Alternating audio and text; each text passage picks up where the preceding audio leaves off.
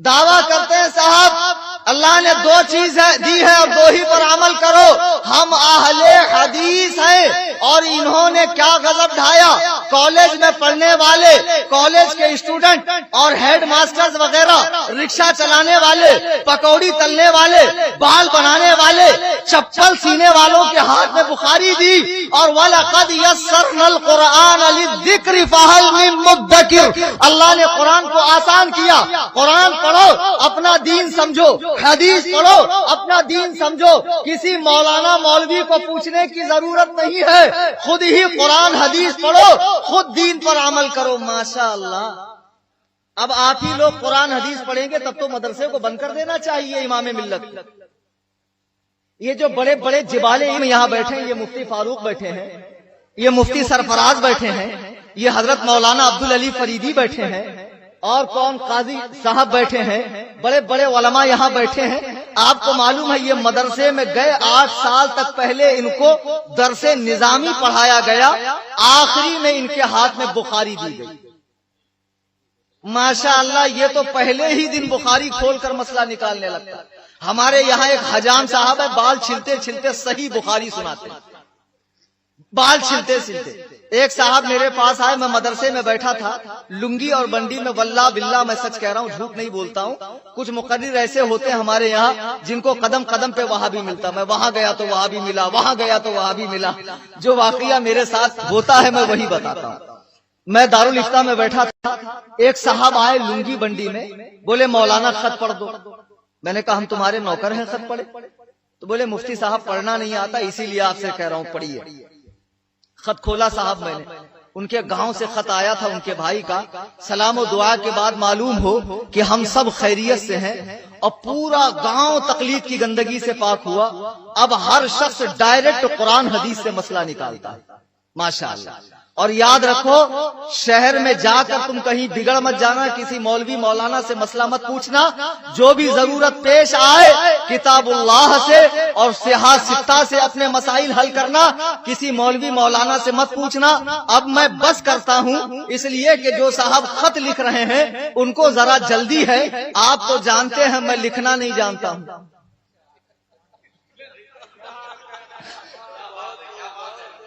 اب میں حیرت کے سمندر میں ڈوب گیا. یا اللہ, یہ گدہ الذی پڑھنا نہیں جانتا, وہ گدہ الذی لکھنا نہیں جانتا, مسئلہ قرآن حدیث سے نکالتے کیسے؟ بتاؤ. ایسے ہی لوگ اہل حدیث ہوں, ایسے ہی لوگ اہل حدیث ہوں, ایک سے ایک بے وقوف. ایک جگہ ظہر کی نماز پڑھنے گیا, میں نے دیکھا پوری جماعت امام کی اقتداء کر رہی, ایک صاحب اکیلے نماز پڑھ رہے ہیں. تو مجھے لگا ہو سکتا ہے امام صاحب سے نہ بنتی ہو. بہت سے لوگوں کی نہیں بنتی نا اماموں سے, اماموں کی ترقی برداشت نہیں ہوتی, امام کا آگے بڑھنا برداشت نہیں ہوتا. لوگ تو چاہتے ہیں کہ ایسا امام ملے کہ فجر پڑھ کے مصلی پہ سو جائے, پھر ظہر میں آ کے صدر صاحب اٹھائے کہ اٹھو امام صاحب ظہر کی نماز کا وقت. کھانا نہ مانگے, تنخواہ نہ مانگے, ڈیمانڈ نہ کرے, ایسا امام چاہیے لوگوں. میں نے سوچا ہو سکتا ہے امام سے نہ بنتی ہو, یا پھر ہو سکتا ہے کمیٹی والوں سے نہ بنتی ہو. تو میں نے کہا نماز ہو جائے تو پوچھوں. نماز کے بعد ان سے میں نے پوچھا, بھیا جماعت سے نماز ہو رہی تھی, آپ کاہے اکیلے پڑھ رہے تھے؟ بولے مولانا چپ رہیے, زیادہ بقراتی مت کیجیے, ہم کو سب معلوم ہے. ہم نے کہا جو آپ کو معلوم ہے ذرا ہمیں بھی تو بتائیے, ہم تو دیکھا ہے آپ کی سمجھدانی کتنی بڑی. بولے مولانا ایسا ہے, قرآن میں کہیں نہیں لکھا ہے کہ جماعت سے نماز پڑھنا چاہیے. جب خود سے قرآن حدیث پڑھو گے تو بیڑا کیسے غرق ہوگا سنو. خود سے جو لوگ قرآن پڑھ کر سمجھنا چاہتے ہیں نا, محقق بننا چاہتے ہیں, ان کا بیڑا ایسے غرق ہوتا. بولے مولانا قرآن میں کہیں بھی جماعت سے نماز پڑھنے کا حکم نہیں ہے.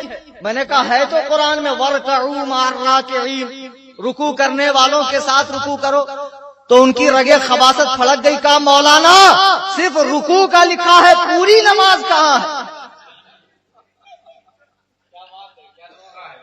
تو میں نے کہا بھائی پوری نماز تو حدیث میں ہے نا. تو وہ ان کے بڑے بھائی, دیکھو عقل کے اندھے, شکل کے گندے, دیو کے بندے, ان کے بڑے بھائی اہل حدیث, اور اہل حدیثوں کے بڑے بھائی کون؟ اہل قرآن. کون؟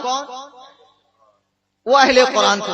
بولے مولانا میں حدیث نہیں مانتا ہوں, حدیث تو نبی کے جانے کے دنیا سے 300 سال کے بعد لکھی گئی، میں کیسے مان لوں کہ یہ رسول اللہ کی بات ہے؟ میں نہیں مانتا۔ تو میں نے کہا اچھا ایک بات بتاؤ، اگر جماعت سے نماز پڑھنے کا حکم نہیں ہے تو اکیلے نماز پڑھنے کا حکم ہے؟ بولے ہاں مولانا، قرآن میں اکیلے نماز پڑھنے کا حکم ہے۔ میرے پیروں کے نیچے سے زمین نکل گئی، یا اللہ قرآن میں ایسا حکم کب سے آ گیا؟ میں نے پوچھا کہاں؟ تو انہوں نے آیت پڑھی، ان الصلاۃ تنہا۔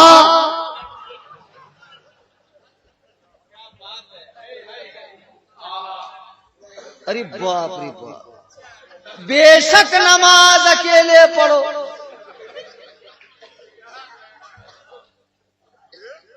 میں نے کہا تم تو بہت بڑے فضیلت الشیخ چلی معلوم پڑتے ہو یار،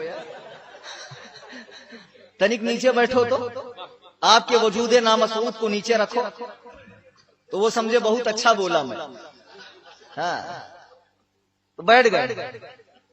تو میں نے کہا ایک کام کرو، ذرا ایک ایک لفظ کا ترجمہ کرو۔ بولے انا مانے بے شک، القاموس میں آتا ہے۔ اچھا میں نے کہا ماشاءاللہ القاموس کا بھی نام معلوم ہے آپ۔ بولے صلاۃ مانے کئی لغت میں آتا ہے، لسان العرب میں بھی آتا ہے، علامہ منظور افریقی رحمہ اللہ نے لکھا۔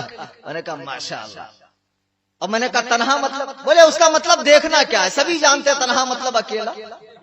ابے میں نے کہا پگلے اعظم عالم، تنہا مطلب اردو میں اکیلا ہوتا، عربی میں تھوڑی اکیلا ہوتا۔ تنہا مطلب اردو میں اکیلا ہوتا ہے کہ عربی میں اکیلا ہوتا ہے؟ وہ تو اردو میں نہ اکیلا ہوتا ہے، تو اس کا ترجمہ، اس کا مطلب نہیں دیکھے گا، اس کا ترجمہ نہیں دیکھے گا، ایسے ہی محقق بن جائے گا۔ بتاؤ ایسے بے وقوف لوگ سعودیہ چلے جاتے ہیں، اب پھر ماشاءاللہ 3 میل کا یہود چھاپ داڑھا رکھ کر ماتھے پر شامی کباب، رسول اللہ نے فرمایا ٹخنوں سے اوپر پہنو، یہ گدھو الذی گھٹنے سے اوپر پہن رہا ہے، اور اتنا قابل اس کا پیٹ العلوم ذرا دیکھو کتنا بڑا ہے۔ ایک صاحب تھے ان کا پیٹ العلوم ضرورت سے زیادہ بڑا تھا۔ ایک دن ان کا نوکر پیر دبا رہا تھا، تو پیر دباتے دباتے اس نے پوچھا حضور اس میں کیا ہے؟ تو اس نے پوچھا حضور اس میں کیا ہے؟ بولے بیٹا اس میں گندگی، اس میں غلاظت۔ تو اس نے کہا حضور یہ آپ ہی کی ہے کہ پورے محلے کی؟ تو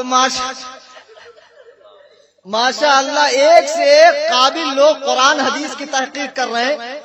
اب عقل کا اندھا، شکل کا گندا، دیو کا بندہ، یہ تو بڑے خطرناک ہوتے۔ کبھی دیکھا آپ نے ان کو اثر کے بعد؟ میں بتاتا ہوں، چھوٹا سا ٹریلر دیتا ہوں۔ اثر کے بعد تبلیغ کرنے نکل رہے، تبلیغ جماعت نہیں ہے، تکلیف جماعت۔ کون سی جماعت ہے؟ اثر بعد نکلتے ہیں، امیر صاحب سب سے آگے، 2-4 لونڈے بگڑے ہوئے، جن کے گھر پہ جاؤ تو پتا چلے گا کسی نے ماں باپ کو مارا، کوئی بیاض خور ہے، کسی کی شراب کی بچی ہے، سمجھے، کسی نے 2 مرڈر کر کے کئی سال جیل میں رہا ہے، اب سدھر نہیں رہا تو ماں باپ نے اٹھا کے جماعت میں بھیج دیا۔ اس ٹائپ کے لوگ آتے، اور پھر محلے کا ایک امیر ہوتا، امیر صاحب کے ہاتھ میں 4 انگل کی تصویر، جو پیچھے بندھا ہوا رہتا ہاتھ، اب انگلی چلتی ہے خدا جانے تصویر پہ ہی چلتی ہے یا کہاں چلتی ہے، بہرحال اب یہ لوگ گلی کوچوں میں آتے، اور آنے کے بعد دیکھو میرے بھائی، اللہ کے دین کی دعوت لے کے بڑے دور سے یہ جماعت آئی ہے۔ میرے بھائی یہ ساؤتھ افریقہ کے ڈائمنڈ کا کارخانہ کھلا چھوڑ کے آئے، ویری گڈ۔ ساؤتھ افریقہ سے انڈیا تک کا جو ڈسٹینس ہے، جو فاصلہ ہے، اس میں جتنی کنٹریز آتی ہیں سب میں اسلام پھیل گیا۔ اتنا بھی ٹائم نہیں ملا کہ حضرت جو ہے ڈائمنڈ کا کارخانہ بند کر کے، بہرحال یہ ساؤتھ افریقہ سے آئے ہیں، وہ آتے ہیں کیرلا سے، کیونکہ وہ کلر کیرلا والوں کا۔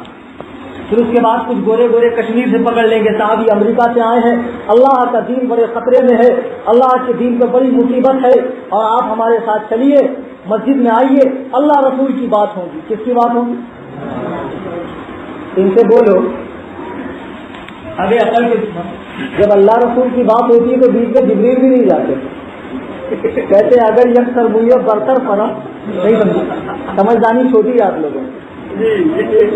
جب اللہ رسول کی بات ہوتی ہے، اگر یک سرمویہ برتر پرم فروغ تجلا بسوزت پرم، یا رسول اللہ ایک بال برابر بھی میں آگے بڑھ گیا تو اب آپ کی جو حقیقت ظاہر ہونے والی ہے اس سے میرے سب جل جائیں گے.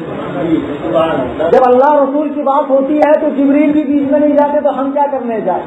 تو بہرحال اس کے بعد آئیے میرے بھائی, اب بیچارہ یہ پان ٹھیلے تو پان لگا رہا ہے, اللہ کی جماعت بڑے دور سے آئی ہے میرے بھائی, یہ بڑا نیک کام ہے, نبیوں والا کام ہے, خدا والا کام ہے, رسول والا کام ہے. آئیے ہمارے ساتھ چلیے. اب وہ بولتا صاحب میں آپ کے ساتھ چلوں گا تو پان پٹی کون سنبھالے گا؟ اللہ سنبھالے گا. آگے گئے صادق صاحب سبزی بیچ رہے تھے, میرے بھائی بڑے دور سے جماعت آئی ہے ہمارے ساتھ چلیے. میں آپ کے ساتھ چلوں گا تو میرا بھاجی کا گالا کون سنبھالے گا؟ اللہ سنبھالے گا. اب ان سے کہو اللہ بھاجی کا گالا سنبھالے گا, اللہ پان پٹی سنبھالے گا, اللہ اپنا دین نہیں سنبھال سکتا. اللہ اپنا دین نہیں سنبھال سکتا. دین سنبھالنے کے لیے آپ جیسوں کو چھوڑا اللہ. اچھا اس کے بعد صاحب یہ ہے دیوبندی حضرات. دیوبندی عجیب عجیب نام رکھتے. ذرا بتلائیے صاحب یہ کیسی عقل مندی ہے, ذرا بتلائیے صاحب یہ کیسی عقل مندی ہے. جسے بننا تھا بندہ خدا کا وہ دیوبندی ہے. اور بڑے فخر سے بولتے ہم دیوبندی. ایک صاحب نے کہا بولے آپ ہمارے پیچھے نماز کیوں نہیں پڑھتے؟ میں نے کہا آپ ہیں کون سی مصیبت یہ تو بتاؤ. تو بولے میں دیوبندی ہوں. تو میں نے کہا دیکھ اللہ نے عورت کو 3 چیز نہیں دیا, نبی نہیں بنایا, امام نہیں بنایا, خلیفہ نہیں بنایا. میں بندہ, ہماری مسجد کا امام کیا بندہ, بندہ ہی ہوتا ہے. اگر یہاں بندی کو کھڑا کر دو تو کوئی نماز پڑھے گا؟ شاید یہ غیر مقلد پڑھ لیں, بہت بڑے محدث ہیں یہ لوگ. ہم بندے, ہمارا امام اللہ کا بندہ. تو آپ تو خود ہی کہہ رہا ہے کہ تو بندی ہے, وہ بھی دیو بندی. تو بندے کی نماز بندی کے پیچھے ہوتی ہے؟